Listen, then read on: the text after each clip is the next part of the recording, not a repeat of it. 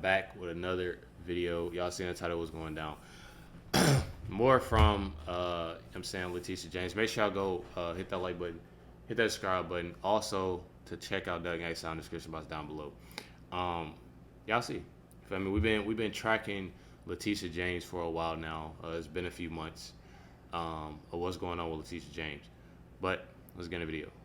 Corrupt Letitia James out of New York has a big problem. Her big problem is Letitia James. We've got 2 articles to prove that she has overreached against Trump. This will backfire on her. Number 1 backfire being she's going to get Trump elected. Welcome to Doug in Exile. I'm Doug TeNapel. This is where the happy patriots are. Never let them take your smile, or they've truly won everything. They will not win. They will not take our happiness. Let's go. Here's the first article from the American Spectator. If Donald Trump is reelected, thank Letitia James. Now, he's going to get reelected, so in advance, thank you, Letitia James. I'm just going to read the first paragraph. Donald Trump may have authored The Art of the Deal, said the New York Attorney General Letitia James, doing her best resolute voice, but he perfected the art of the steal, she says. There speaks the voice of American justice, biased, politicized, odiously trite. Quote, today, we proved that no one is above the law, unquote, said James, which is what every Trump prosecutor has said over and over for years now. Quote, no matter how rich, powerful, or politically connected you are, everyone must play by the same rules, unquote. That's garbage, and everybody knows it. The rules don't apply to everyone. The rules didn't apply to the Trump family until Donald Trump became president of the United States, and America's ruling class has had a nervous breakdown. That's the first article to make my case that thank you, Letitia James, for getting Trump elected. And remember, if he gets elected, it does not matter how much money they charge him. Okay, just think of it as a fine or a toll fee he has to pay at the gate before he gets to be president. You know, Obama, they get like $400 million after they become president in speaking fees and everything else. Trump will make all that money back. It's not going to put a dent in him, in his career. It's not a big deal. And the Democrats will lose their power, which is what they're willing to pay billions for.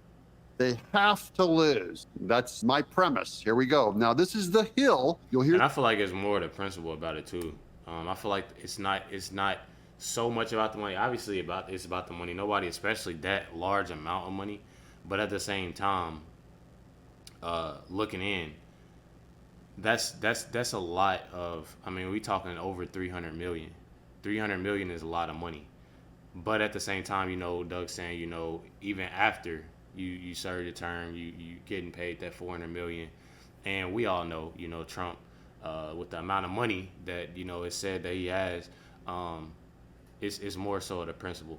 It's the fact that of why they doing this and, you know, the whole motion. But I feel like once it's all said and done, like, you know, as I say, history in the making.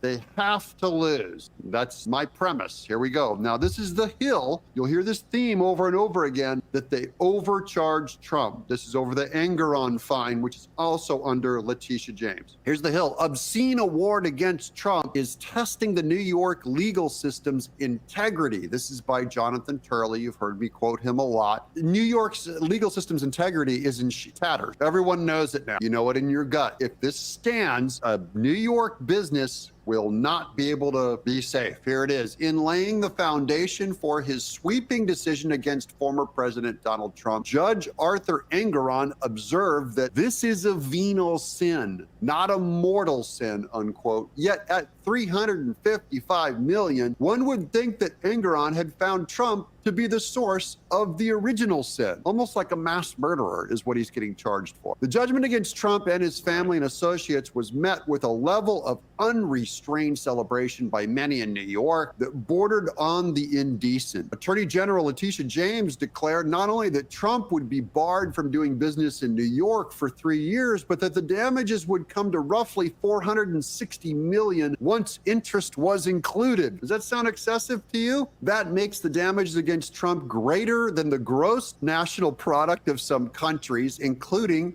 Micronesia. Yet the court admitted that not a single dollar was lost by the banks from these dealings. Indeed, witnesses testified that they wanted to do more business with Trump, who was described as a whale client, high-yield business opportunities. Okay, we're going to get to more of the punishment on New York, but I've got another graphic here. This one is from Alina Habba. This is Trump's attorney. If this decision stands, it will serve as a signal to every single American that New York is no longer open for business. That is the message loud and clear everyone gets. You don't want to put your business at risk by putting it in New York and have politicians that want to punish you merely for being successful or for being on the wrong side of politics. You'll lose your business. New York is one of our oldest and most distinguished bars. It has long resisted those who sought to use the law to pursue political opponents and unpopular figures. It will now be tested to see if those values transcend even Trump. And I don't think it will. I think the Democrats are at a no holds barred. It's time to unleash everything on Trump, no matter how much we undermine law, the rule of law in this country. They're going for broke because they're going to lose everything if Trump wins. That's why Trump has to win.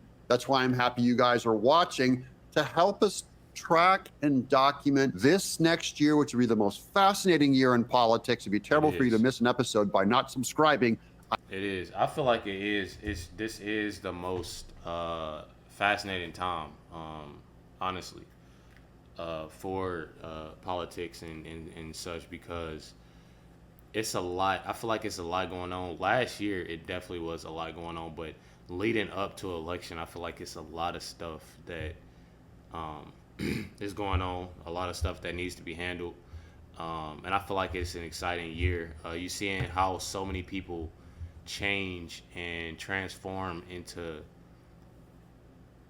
looking looking at what's real, instead of being so deep into the gutter. Honestly, it's somebody, I mean, who we got in office right now.